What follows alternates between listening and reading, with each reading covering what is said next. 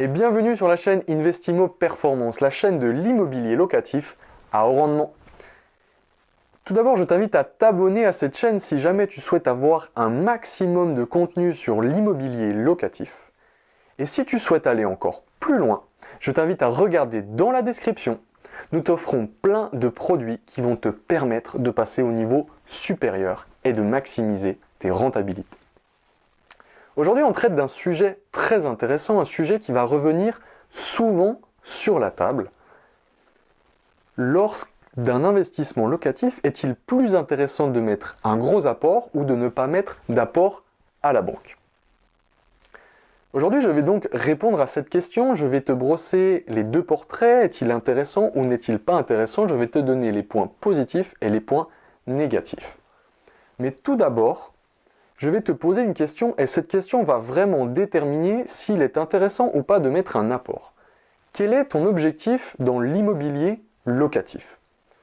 Est-ce que ton objectif c'est de faire un investissement et de générer beaucoup d'excédents de trésorerie? Ou ton objectif est finalement d'enchaîner, d'acheter plusieurs biens rapidement et de devenir par la suite indépendant financièrement, créer un revenu complémentaire important?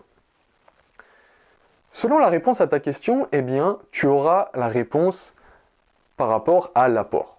C'est pour ça que je vais t'expliquer maintenant les points positifs et les points négatifs. On va commencer par les points positifs de mettre un apport à la banque. Le premier point positif, eh bien, c'est que ta proposition, ton dossier sera plus facile à être financé par la banque si tu mets un apport. Le banquier sera plus à même de te financer si tu mets un apport. Pourquoi? Eh bien, c'est très simple. La première chose à savoir, c'est que plus tu mets d'apport, plus ton profil aux yeux du banquier sera intéressant. Il va t'attribuer une note et à travers cette note, tu auras plus de possibilités de te faire financer. Techniquement, pour la banque, pourquoi c'est intéressant que tu mettes un apport? Eh bien, c'est par rapport aux frais de notaire, à la valorisation de ton bien. Lorsque tu achètes ton bien, et on avait déjà fait une vidéo auparavant sur l'emprunt bancaire à 110%, je te mets le lien dans la description si jamais tu es intéressé pour la voir. Tu vas financer ton bien plus les frais de notaire si tu ne mets pas d'apport. Les frais de notaire qui sont aux alentours de 8% selon le bien. Cela veut dire que la banque va, entre guillemets, surfinancer ton bien. Et oui, elle va te donner plus d'argent que le bien en vaut réellement. Et ça, c'est un risque pour la banque. Pourquoi? Car si tu ne paies plus, eh bien, il est très peu probable que la banque récupère l'intégralité de sa somme. C'est pour ça que mettre un apport te permettra de te faire plus facilement financer. Le deuxième point positif de mettre un apport à la banque, eh bien, c'est que, évidemment, c'est des maths. Le montant à financer sera plus petit, moins important. Et de ce fait, les mensualités de ton crédit seront elles aussi moins importantes. Et tu as compris où je veux en venir, eh bien, ton excédent de trésorerie mensuel sera lui aussi plus important tous les mois. Maintenant, on va voir les points négatifs de mettre un apport.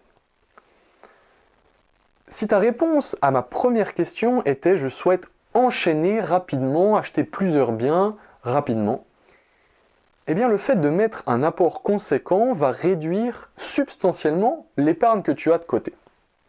Alors certes, tu vas pouvoir te faire financer facilement pour ton premier ou deuxième bien, mais lorsque tu vas vouloir continuer, tu vas arriver avec ton autre projet quelques mois plus tard chez ta banque, eh bien, le banquier va sûrement te dire « Stop monsieur, vous n'avez plus assez d'épargne de côté et je ne peux plus vous financer. Il va falloir reconstituer votre épargne pour pouvoir être refinançable. » Et ça, c'est le gros point négatif de mettre un apport conséquent.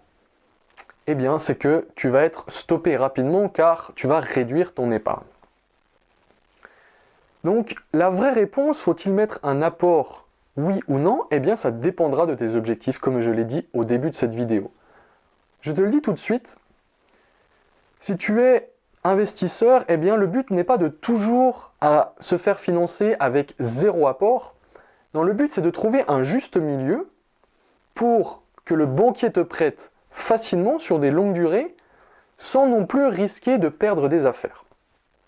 Je te donne un exemple personnel, une histoire qui m'est arrivée l'année dernière. Je me suis financé un bien à 110% sur 25 ans.